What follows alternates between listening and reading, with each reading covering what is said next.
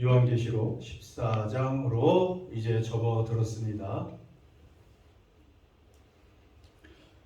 지난 2시간에 걸쳐 요한계시록 13장에 무엇에 대해서 우리가 했죠? 짐승에 관해서. 짐승. 여러분, 짐승. 이제 이 모든 것들이 우리 삶에 연결이 되기 때문에 이제 기억을 해야 돼요. 요한계시록 13장에는 주된 캐릭터가 저 짐승입니다. 짐승인데 머리가 7이고 생긴 거는 표범 같은데 사자의 얼굴이고 머리가 7이고 근데 뿔은 또 10개 10각뿔에 이 왕관이 쓰여 있습니다. 근데 짐승이 어디서 나왔다 그랬어요? 바다에서 나왔습니다. 자, 저 짐승의 배후에는 누가 있다 그랬어요? 짐승의 배후. 저 바다에서 저 짐승을 끌어올린 장본인이 누구라 그랬어요? 사탄, 용입니다.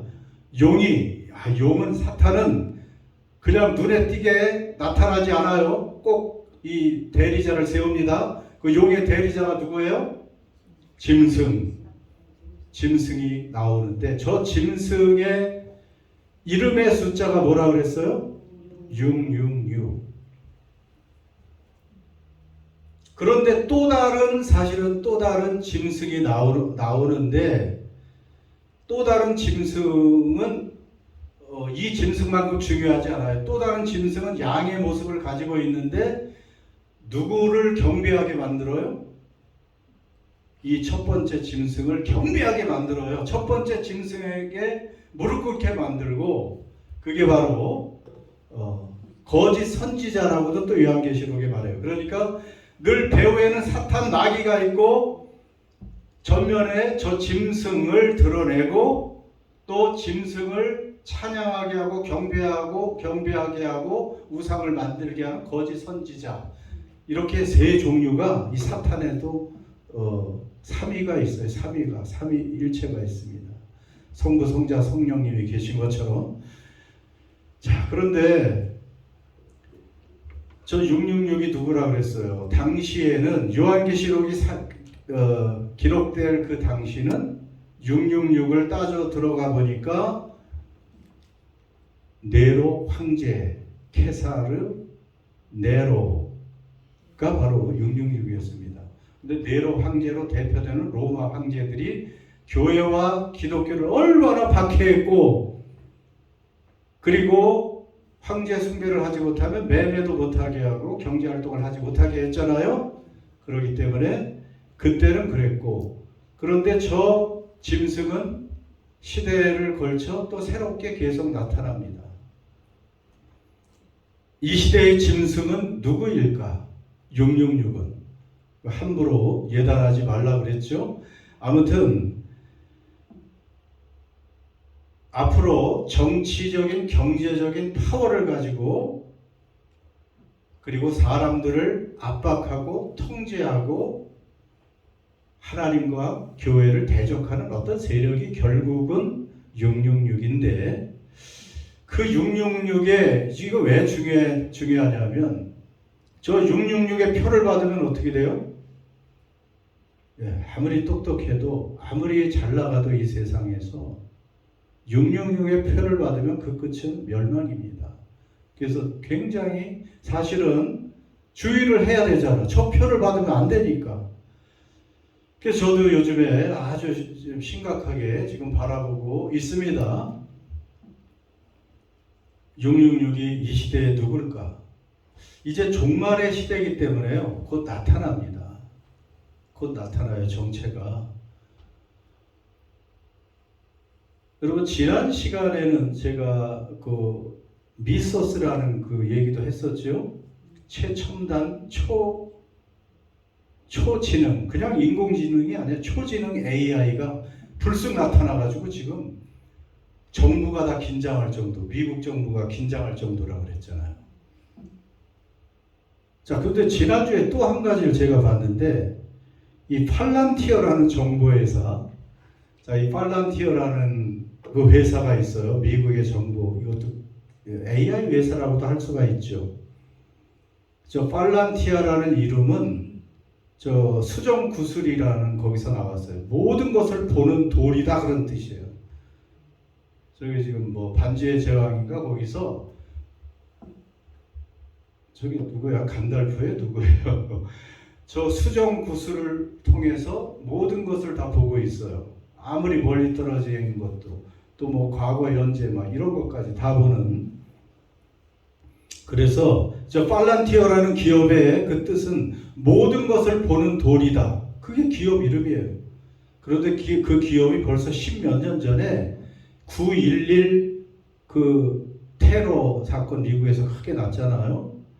그 배우가 오사마 빈 라덴이라고 또 아주 세계적으로 유명한 그 오사마 빈 라덴을 사막이나 뭐 산 다 숨어 다니는데도 바로 이 팔란티어가 정보들을 수집해서 미국 정부에게 주고 해서 그 오사마 빈 라덴을 체포하고 죽인 것에 최고 공헌을 한 그 회사입니다. 팔란티어가. 근데 벌써 10몇 년 전 얘기인데 지금은 얼마나 커졌겠어요. 그래서 얼마 전에 또 신문에 났어. 미국 정부가 한국 군사 그러니까 한국 정부에게 한 거나 마찬가지죠. 한국 군인의 모든 정보 이런 것들을 팔란티어에게 종속시켜라. 근데 모든 정보가 거기로 가면 어떻게 되는 거예요? 미국이 한국의 모든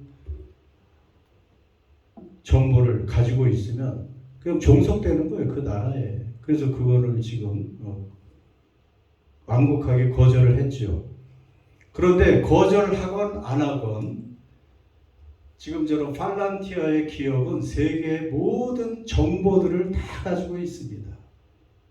현재는 뭐 저 테러 조직이나 뭐 큰 범죄자들을 뭐 추적하고 그들이 어디에 있는지 체포하고 뭐 이런 것들, 그리고 뭐 기업에 누가 뭐 해킹을 했는지 이런 것들을 뭐 찾아주고 정부나 기업에 도움을 주는 그런 형태로 팔란티어라는 기업이 사용되고 있지만, 여러분 언제 저런 기업이 우리의 사생활을 좀 구슬로 보듯이 다 보고 있습니다. 사실은 점점 다 보고 있어요. 우리는 뭐 그렇게 VIP가 중요한 사람이 아니라 안 볼 수도 있지만, 그러나 조금만 여러분이 뭔가 드러나면 이제 다 그냥 저 수중에 다 들어가 있는 거예요. 다 사생활이고 뭐고 없어질 수가 있는 거죠.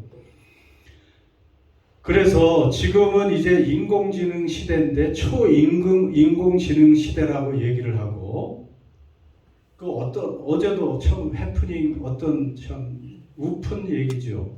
한국의 카이스트 하면 얼마나 좋은 수재들이 가는 대학입니까?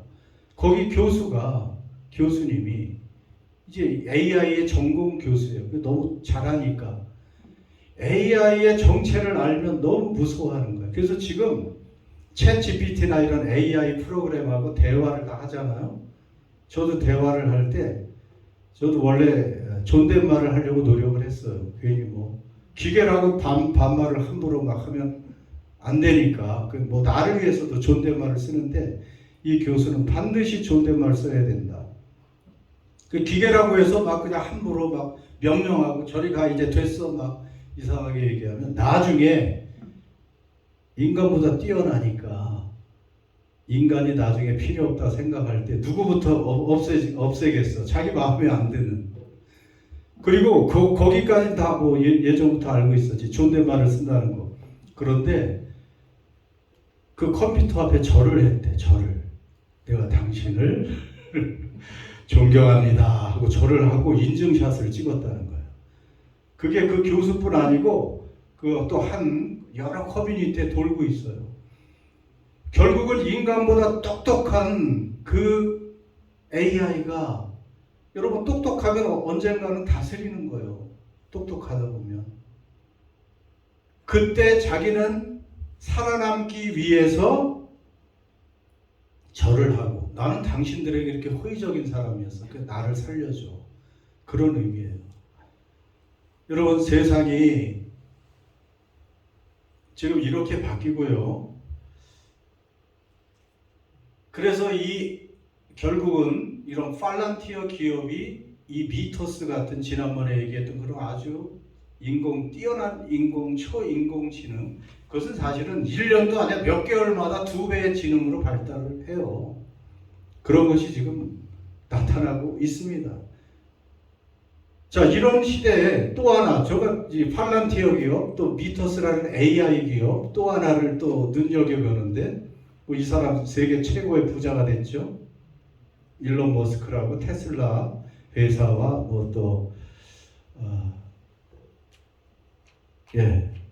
그리고 우주선을 띄우는 화성 프로젝트를 가지고 있고, 근데 중요한 건 뉴럴링크라는 회사를 또 가지고 있죠. 그래서 지금 이미 저 칩을 머리에 이식을 하고 있는데, 여러분 그냥 칩을 이식했다고 저게 666은 아니에요.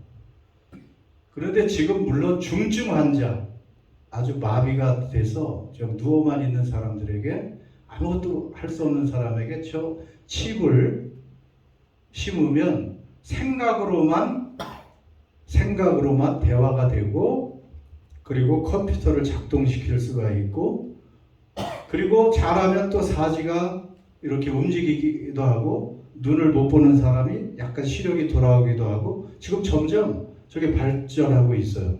그러니까 중증 환자들에게만 허가가 돼서 미국, 그리고 얼마 전 캐나다도 허락을 했어요. 이 뇌 이식을 하는 거. 한국 같은 데, 뉴질랜드는 아직 저런 허가는 되지 않습니다. 그리고 결국은 저런 일론 머스크가 주장하는 게, 앞으로 초인공 시대에 우리도 뛰어나지 않으면 결국 다 지배를 당한다는 거예요. 우리도 똑똑해져야 되지 않겠냐. 근데 저런 칩을 박은 사람과 안 박은 사람은, 저 칩이 있으면요, 머리가 100배는 좋아지는 거예요.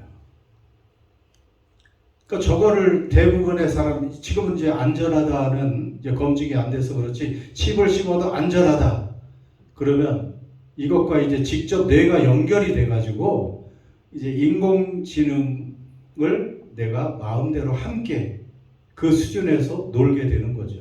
근데 저게 없는 사람은 그냥 도태되는 거야. 바보가 되는 거예요. 저 사람들은 모든 지식을 가지고 날아다니고 있는데, 우리는 그저 100 얼마 되는 IQ, 100도 안 되는 사람도 많아요. 그 IQ로 어떻게 이겨나가는 거 말이죠. 모든 분야 경쟁할 때. 그러니까 지금 저런 무서운 일이 지금 이미 벌어지고 있고, 저게 이제 칩이 안전하고 우리 인간에게 도움이 된다고 하면, 보세요. 사람들이 자발적으로 저걸 갖게 된다니까. 자발적으로. 강요해서가 아니야. 내가 더 앞서가기 위해서, 뒤처지지 않기 위해서, 내가 더 많이 이기고 성공하고 발전하고 이러기 위해서 저걸 자발적으로 갖게 된다는 것이죠. 그런데 저렇게 되면 결국은 그 회사가, 거대한 정보 회사가 저것을 통제하게 되면 결국은 거기에 무릎 꿇게 되는 것입니다. 통제를 당하는 거예요. 그래서 여러분, 우리가 성경에 있는 것처럼 짐승의 표를 받으면 절대로 안 됩니다. 짐승과 함께 영원히 멸망하는 거예요. 그래서 과연 어떤 것이 짐승의 표인지는 지금 이 종말의 때에 정신을 차리고 잘 봐야 됩니다. 물론 여러분이 다 볼 수 없죠. 그래서 제가 열심히 성령의 지혜로 이것을 지금 눈여겨보고 있는데, 지금 많은 사람들이, 학자들이 아무튼 초인공의 절정, 임계점이 3년 내외로 온다고 말을 합니다. 굉장히 지금 빨라졌어요.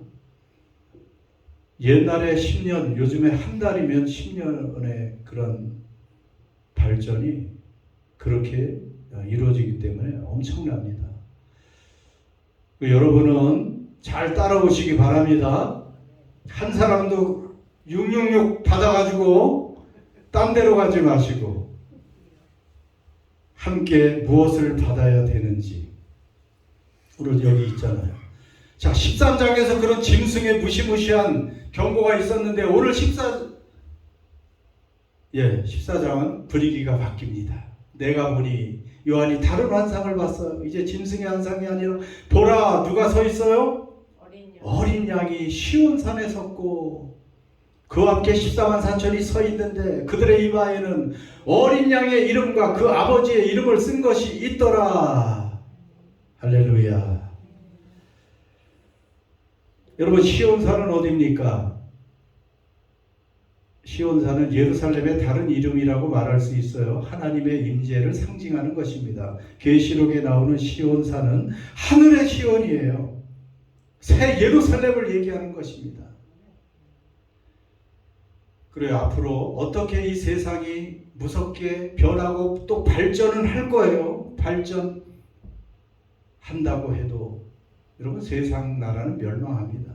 그리고 하나님의 나라 새 예루살렘, 그 하늘의 시온이 모든 세상을 대체하게 될 것입니다. 그때 어린 양이 거기에 서 계십니다. 그리고 또 누가 거기에 같이 서 있어요? 14만 4천. 14만 4천은 우리가 늘 이제 다 아시죠? 14만 4천은 뭐라 그랬어요? 신약과 구약의 구원받은 백성들의 완전한 숫자, 그것이 14만 4천이에요. 12 곱하기 12 곱하기 1000 해가지고 14만 4천. 그럼 거기에 구원받은 모든 사람들이 그 영광스러운 새 예루살렘에 서 있습니다. 그 나라는 가장 부유한 나라예요. 가장 강한 나라입니다. 그리고 영원히 지속되는 흔들리지 않는 나라입니다. 여기에 설 자신 있습니까? 서길 바라죠? 이 나라에 들어가야 됩니다. 이 나라에 들어가서 이 나라에 들어가려니 아까는 짐승의 표를 받은 사람들은 이마나 손에 받습니다. 이 이마에 여기는 무엇이 있어요? 누구의 이름이 쓰여 있습니까? 예, 어린 양의 이름, 예수 그리스도의 이름, 하나님 아버지의 이름이 666 대신 당연히 거기에 써 있습니다. 그 표, 그 이름은 무슨 의미라고 그랬어요? 소유의 의미라고 얘기했죠. 짐승의 표, 마크, 내 거다. 너는 짐승에게 속한 거야. 하나님의 마크가 있으면 하나님의 것이고 어린 양의 것이 되는 것입니다. 여러분, 이 의미는 이들은 짐승의 표를 받지 않았다는 거예요. 짐승의 표를 받지 않는 것이 쉽지는 않다고 성경은 사실은 경고하고 있어요. 쉽지 않습니다. 최고 AI 전문가가 자기가 쓴 책에서 이런 말을 한 적이 있습니다. AI를 가진 자가 옳음을 정의합니다. 그것이 바로 신입니다. 무슨 말이에요? 가장 강력한 AI를 소유한 사람이 무엇이 옳은지 그른지를 정의한대. 그러니까 그것이 신이라는 거예요. 여러분, 하나님 말이 무엇이 옳고 그르고 무엇이 선이고 악이고 이것을 정하고 심판하시는 분이잖아요. 근데 이 세상에서는 초인공지능이 옳고 그름을 정의한대. 그러면 자, 옳은 사람은 좋아. 그런데 그르고 나쁘다고 생각하는 판단되는 그런 세력은 어떻게 하겠어요? 그냥 놔두겠어요? 네, 멸망시키는 거예요. 그래서 사람들이 경배하게 되는 것이고 신의 자리를 차지하게 돼요. 그래서 666을 받으면 안 된다는 것이고요. 여기서 말하고 싶은 거는 자기 생각에 그르다고 하는 사람을 박해합니다. 그런데 이 666 짐승은 하나님과 하나님을 섬기는 성도를 박해한다고 했잖아요. 그러니까 언젠가 박해하는데 지금 여러분 박해 안 하잖아. 예수님 믿는다고, 교회 나온다고. 근데 언젠간 정신 차리셔야 돼. 박해를 해요. 666 표를 받지 않으면 13장에 안타깝게도 짐승이 교회를 어떻게 했다고 했어요? 이겼다고 했어요. 이길 때가 있어요. 그건 물론 물리적으로, 잠깐 물리적으로.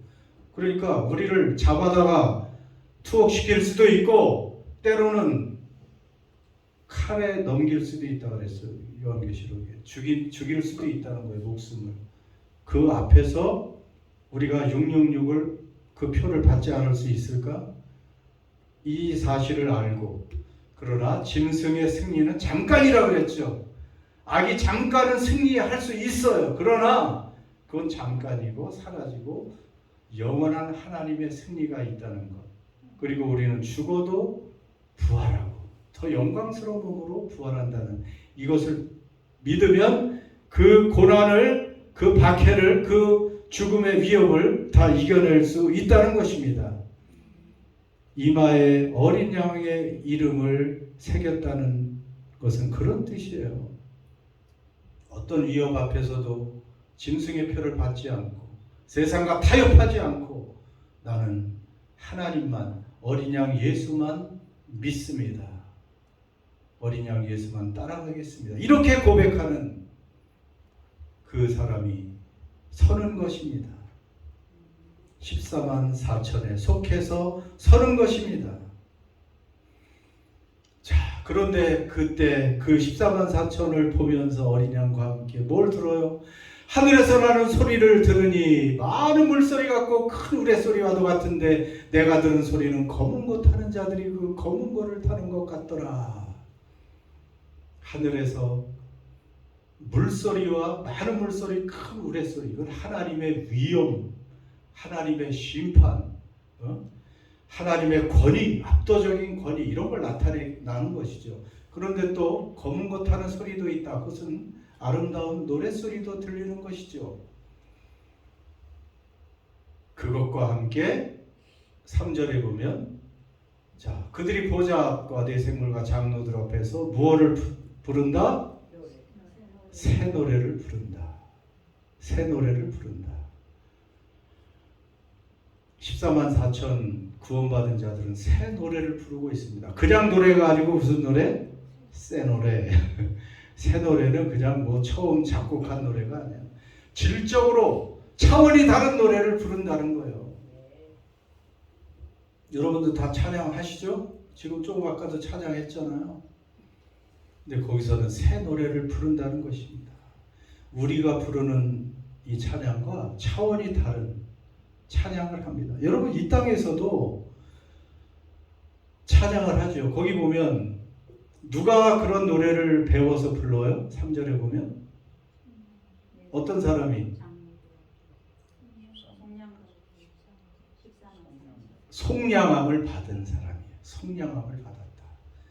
아무나 부르는 게 아니잖아요. 속량을 받았다는 게 뭐예요? 속량을 받았다는 것은 예수님께서 값을 치르고 자신의 목숨, 자신의 피값을 치르고 산 사람들, 구원해낸 그 사람들은 이 노래를 부를 수가 있다는 것입니다.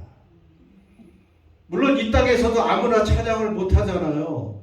노래는 할지언정 아까 우리가 은혜 아니면 살아갈 수가 없네. 이런 노래를 누가 할 수 있어요? 내 힘으로 살아갈 수 있네.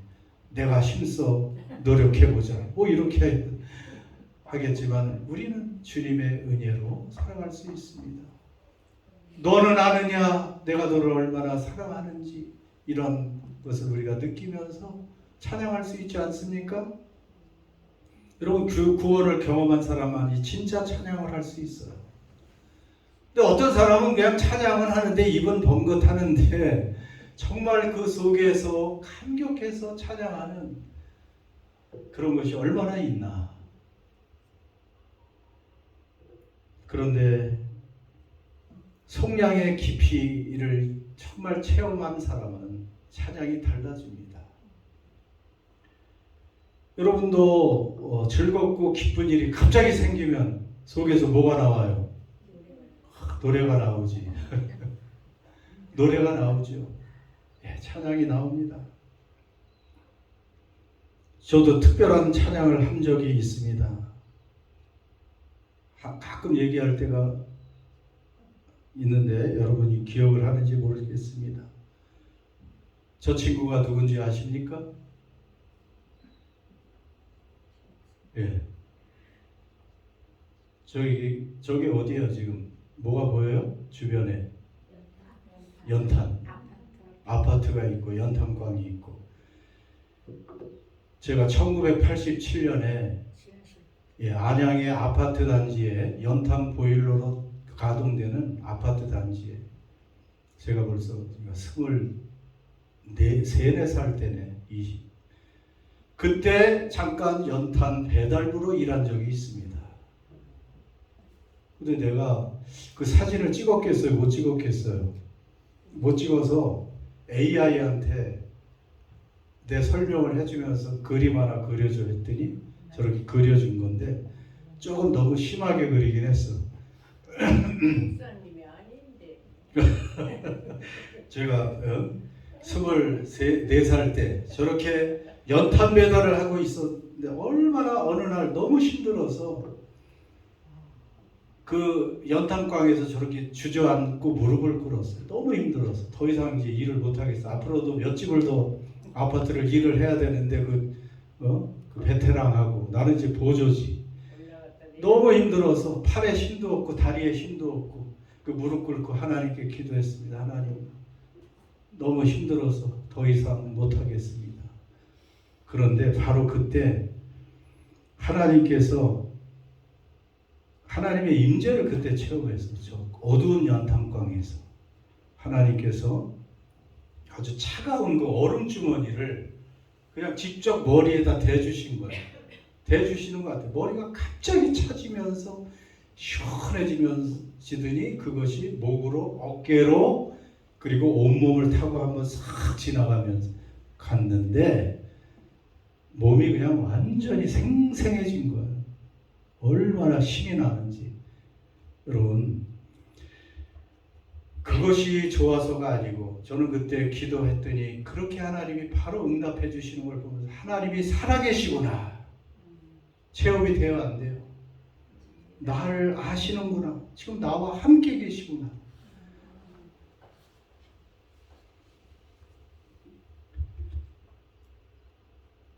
내가 이렇게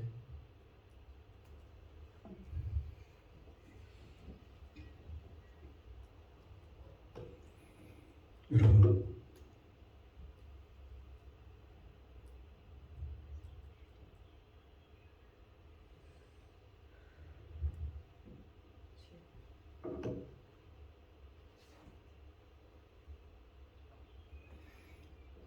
그가 하나님은요 여러분이 아무리 비참한 그러한 장소에 있어도 하나님은 다 아십니다. 다 보십니다. 왜 나는 이런 곳에 있어야 됩니까? 하나님 여러분 그런 곳에서조차 하나님과 함께 계시고 여러분의 그 상황을 다 아시고 여러분을 위로해 주시는 하나님이십니다. 저는 저 때보다 더 큰 기쁨을 체험한 적이 없어요. 그때 얼마나 기뻤는지 얼마나 좋았는지. 아니 이 크신 하나님이 나를 아시고 나와 정말 그냥 입으로만 찬양 그때도 했죠. 하나님을 믿었죠. 하나님께 늘 기도했죠. 그런데 저 이후로 달라질 수밖에 없어. 하나님이 내 속에 얼마나 큰 기쁨을 심는지.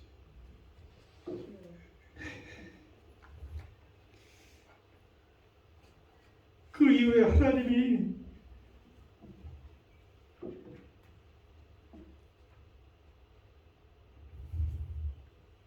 어떤 어둠 속에도 어떤 고난의 장소에도 하나님은 함께 하시는 분이에요. 그러니까 기쁨이 막 넘치니까 그 다음에는 제가 찬양하지 않을 수가 없었어요. 근데 너무 기뻐서 벌떡 일어나서 이제 막 일하러 뛰어나왔는데 주인 아주머니가 부엌에서 저 사람이 왜 저러나, 좀 뭐가 이상한 사람 아닌가? 완전히 달라졌네? 막 그랬을 거예요. 그때부터 저는 기타를 다시 갖다 놓고 찬양했고, 철야기도, 그리고 새벽기도, 그것을 잊을 수가 없으니까 그 머리부터 그냥 이 발끝까지 내려가는 그 하나님의 위로와 그 사랑, 내가 너와 함께한다는 그 표시. 물론 이런 체험 없이도 여러분 우리는 성경으로, 십자가로 우리가 다 믿지만 또 우리 하나님은 체험도 하게 해주시는 하나님이십니다. 여러분, 이런 체험만 해도 우리의 찬양이 달라지는데, 여러분이 14만 4천 명에 속해서 그 완성된 하나님의 나라에서 그 하나님의 얼굴을 뵙고 어린 양 예수를 뵐 때 우리의 기쁨이 얼마나 크고 우리의 찬양의 그 차원이 달라지는 거예요. 지금은 여러분이 그냥 뭐 목이 안 터진다, 뭐 아직도 찬양이 잘 안 된다, 어쩐다 해도 그때는 감격스러워서 다 찬양이 터지게 될 줄 믿습니다.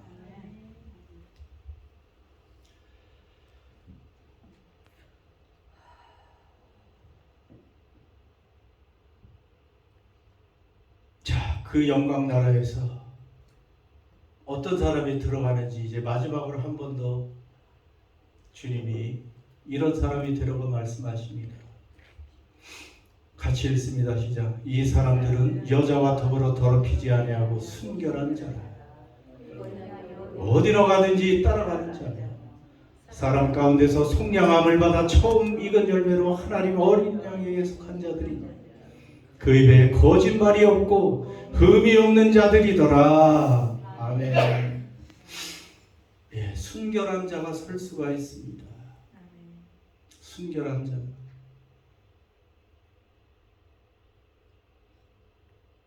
여자와 더불어 더럽히지 아니하였다. 여자는, 이것은 세상 유혹을 얘기하는 거예요. 세상 유혹. 그래서 여자와 더불어 더럽히지 않았다. 그러니까 영적 간음을 성경에서 말하잖아요. 영적 간음은 우상을 섬기는 거예요. 우상을 자기도 모르게 숭배하는 거예요. 하나님을 택하지 않고 세상을 선택하는 거예요. 그걸 영적 간음이라고 얘기합니다. 그런데 그 세상에 더럽히지 않고, 13장의 언어로 말하면 666표를 받지 않고, 그래서 순결함을 유지하는 그 사람, 당연히 성령함을 받았죠. 그리고 중요한 것은 어린 양이 어디로 인도하든지 따라간다. 어린 양이 어디로 가든지 따라가. 여러분, 그런 사람이 돼야 돼요. 내가 가고 싶은 대로 가는 게 아니에요. 예수님 믿기 전에는 그냥 가고 싶은 대로 다녔죠. 근데 하나님의 양 666이 아닌 예수님의 표를 받은 사람들은 어린 양이 이끄는 대로 가야 되는 거예요. 거기 그 길로 가면 기분 좋을 때도 있어. 즐거울 때도 있어. 그러나 고통스러운 길도 가야 되는 거예요. 가기 싫은 길도 예수님이 지나가면 거기를 따라가야 되는 거예요. 내 머리로 이해되지 않는 그 길도 물어보면서 주님이 가라고 하면 그 길을 가야지. 내 가고 싶은 대로 가면 그 끝은 멸망입니다. 그러나 주님을 신실하게 끝까지 따라가면 그 길은 결국 생명의 길이고 영원한 행복의 나라 시온, 영적 시온산인 줄 믿습니다.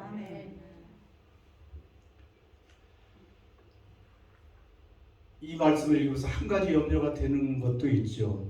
이미 저는 어린 양만 따라가지 못했고 세상도 사랑했고 영적 간음을 한 사람인데 어떻게 하죠? 그러나 지금은 은혜 받을 때입니다. 다시 시작할 수 있을 때입니다. 우리는 여전히 넘어지기도 합니다. 그러나 다시 일어나서 회개하고 어린 양을 힘써 따라가면 여러분 결국 순결한 자로 인정받고 14만 4천에 속하게 될 줄 믿습니다. 이제 말씀을 마칩니다. 그러므로 14만 4천의 성도, 그 아름다운 영원한 새 예루살렘에 설 수 있는 사람들은 온갖 유혹과 박해를 이겨낸 성도들입니다. 지금 저와 여러분은 누구에 속한 사람입니까? 누구의 표를 받고 싶습니까? 이 종말의 때임을 누구도 부인할 수 없습니다. 세상은 정말 급속도로 이제 변화될 것입니다.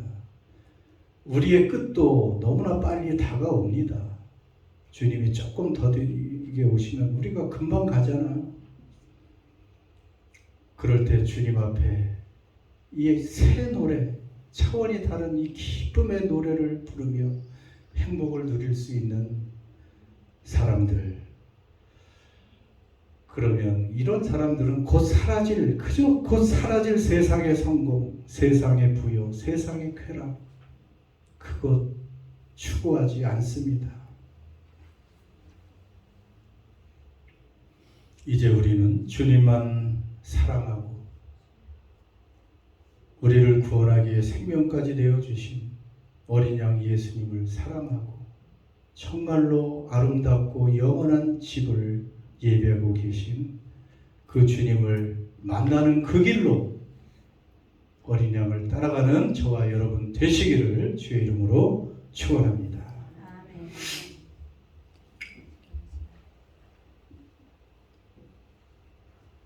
여러분 기도하겠습니다. 이걸 꺼주시고 잠깐만.